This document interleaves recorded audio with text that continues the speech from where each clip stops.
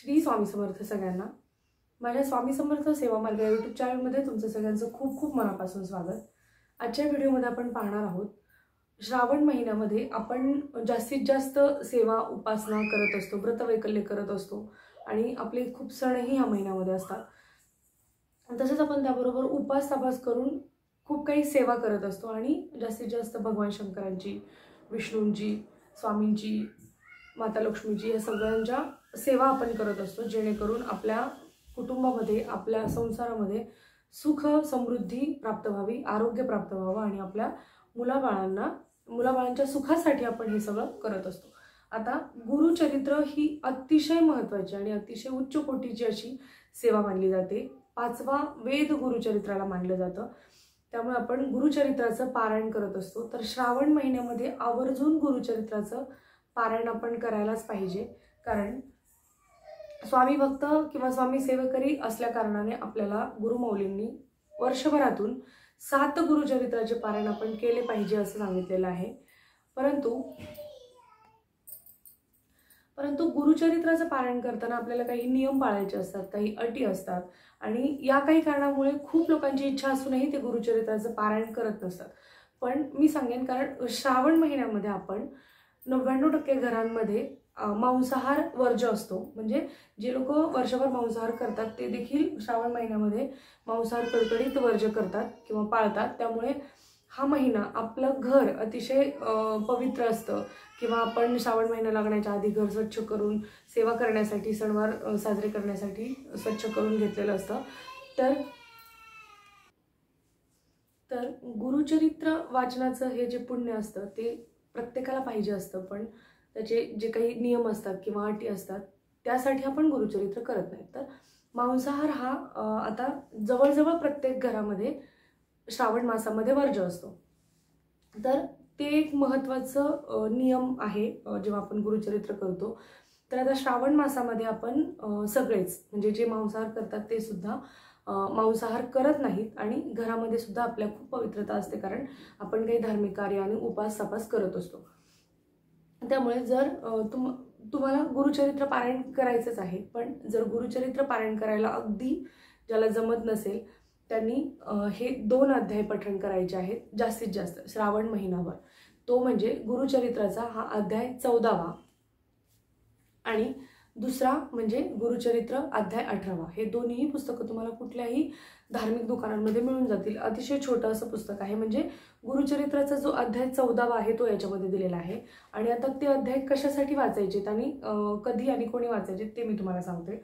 आता जो 14वा अध्याय आहे, जर तुमच्या घरावर किंवा तुमच्या घरातल्या कोणावर अचानक काही संकट आलेलं असेल, किंवा एखाद्या व्यक्तीवर असं संकट असेल की ते त्याच्यातून बाहेरच पडत नाहीये, किंवा त्या संकटाचं निवारण होत नाहीये, काही मार्ग मिळत नाहीये, किंवा तुमच्या मनातील काही मनोकामना पूर्तीसाठी तुम्हाला हा अध्याय वाचायचा आहे, गुरुचरित्राचा अध्याय 14वा। आता हा अध्याय तुम्ही कधी वाचायचा? तुम्ही दिवसभरामध्ये हा अध्याय कधीही वाचू शकता। शक्यतो जर तुम्हाला सकाळी वेळ मिळाला आंघोळ केल्यानंतर, देवपूजेनंतर, तर तेव्हाच वाचा। पण नसेलच मिळत सकाळी वेळ तर तुम्ही दिवसभरात कधीही वाचू शकता। 12 वर्षाच्या वरील कोणीही व्यक्ती, स्त्री पुरुष कोणतीही व्यक्ती हे पुस्तक किंवा हा जो अध्याय आहे तो वाचू शकतं। तुमच्या मनामध्ये जर एखादी इच्छा असेल तर ती इच्छा पूर्ण होण्यासाठी तुम्ही संकल्प सोडून सुद्धा तुम्ही हा अध्याय वाचू शकता। जसं की संकल्प आपण नॉर्मली हातामध्ये पाणी आणि अक्षता घेऊन, फूल असेल तर फूल टाका आणि तुमच्या मनातील इच्छा बोलून तुम्ही ते पाणी तांबणामध्ये टाकून द्या आणि नंतर ते पाणी झाडांना टाकून द्यायचे आणि तो अध्याय तुम्हाला पठण करायचा आहे। जर तुम्हाला काही संकल्प सोडून करायचा असेल तर तुम्ही 40 दिवस तो अध्याय वाचू शकता। कुठल्याही दिवशी अध्याय वाचायला सुरू करा आणि 40 दिवस त्या अध्यायाचं पठण करा। तुमच्या मनात जर काही इच्छा असेल आणि काही अडचण असेल तर, आणि जर तुम्हाला फक्त सेवा म्हणून हे करायचं असेल किंवा संकल्प न सोडता तुम्हाला सेवा करायची असेल आणि एखादी इच्छा असेल किंवा काही प्रश्न असेल तरी तुम्ही करू शकता। जास्तीत जास्त वेळा तुम्ही वाचू शकता। किती दिवस वाचायचं किंवा असं त्या वेळेस असं काही नाहीये, कारण श्रावण महिन्यामध्ये तुम्ही जितकं जास्तीत जास्त वेळा वाचाल, एका दिवसात तुम्ही 2 वेळा 3 वेळा वाचू शकता किंवा रोज एकदा वाचला तरी चालेल। असं श्रावण महिनाभर जास्तीत जास्त वेळा तुम्हाला या अध्यायाचं पठण करायचं आहे। आता दुसरा अध्याय आहे तो म्हणजे गुरुचरित्राचा अध्याय 18वा। हा सुद्धा अतिशय छोटासा अध्याय आहे. म्हणजे जो एक अध्याय आहे 18वा त्याचं हे छोटंसं पुस्तक बनवलेलं आहे.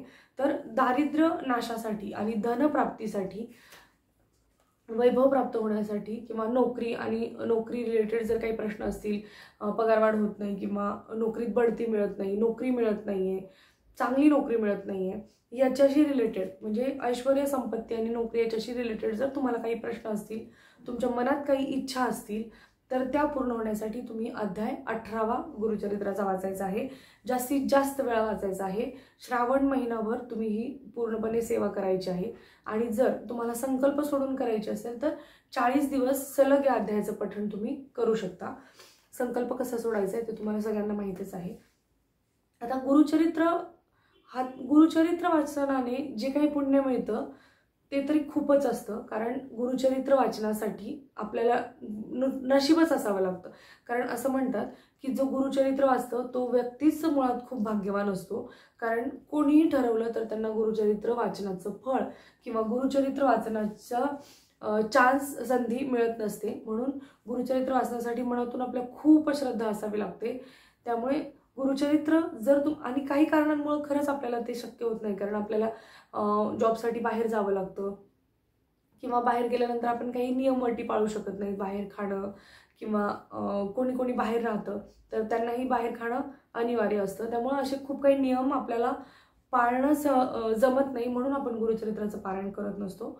पण ज्यांना खरंच शक्य आहे त्यांनी नक्कीच ते पारायण करा. आणि ज्यांना शक्य नाहीये पण त्यांच्या मनात इच्छा आहे त्यांनी या 2 अध्यायांचं पठण नक्कीच करा. जास्तीत जास्त करा. किती वेळा करा, काय करा, कोणी करा असं काहीच नाहीये. फक्त 12 वर्षांच्या वरील मुलं मुली किंवा जे कोणी 12 वर्षाच्या आत आहे त्यांनी वाचायचं नाहीये. 12 वर्षांच्या वरील मुलं मुली कोणीही वाचू शकतं. फक्त तुम्ही मासिक पाळी, सुतक आणि विटाळ हे सगळं पाळून या सेवा करायच्या आहेत. जर तुम्ही संकल्पयुक्त सेवा करत नसाल तर फक्त तेवढे दिवस सोडून तुम्ही हे अध्याय रोजही वाचू शकता. श्रावण महिना संपल्यावरही अगदी तुम्हाला पाहिजे तोपर्यंत वाचू शकता. जरी तुमच्या मनातली इच्छा पूर्ण झाली तरीही तुम्ही ते कंटिन्यू ठेवू शकता, ती तुमची इच्छा. पण या 2 अध्यायांचं पठण नक्की करा. कारण याच्याने सुद्धा आपल्याला तितकंच पुण्य मिळतं, तितकेच आपले प्रश्न सॉल्व्ह होतात. जसं की आपली नोकरीचा किंवा काही संपत्ती रिलेटेड आर्थिक प्रश्न असेल तर तो नक्की सॉल्व्ह होतो. या 2ही अध्यायाचं जास्तीत जास्त पठण करा. व्हिडिओ आवडला असल्यास चॅनलला लाईक आणि शेअर करा. चॅनलला सबस्क्राईब करायला विसरू नका. पुन्हा भेटूया अशाच एका नवीन व्हिडिओमध्ये, नवीन माहितीसहित, नवीन सेवेसहित. तोपर्यंत सगळ्यांना श्री स्वामी समर्थ.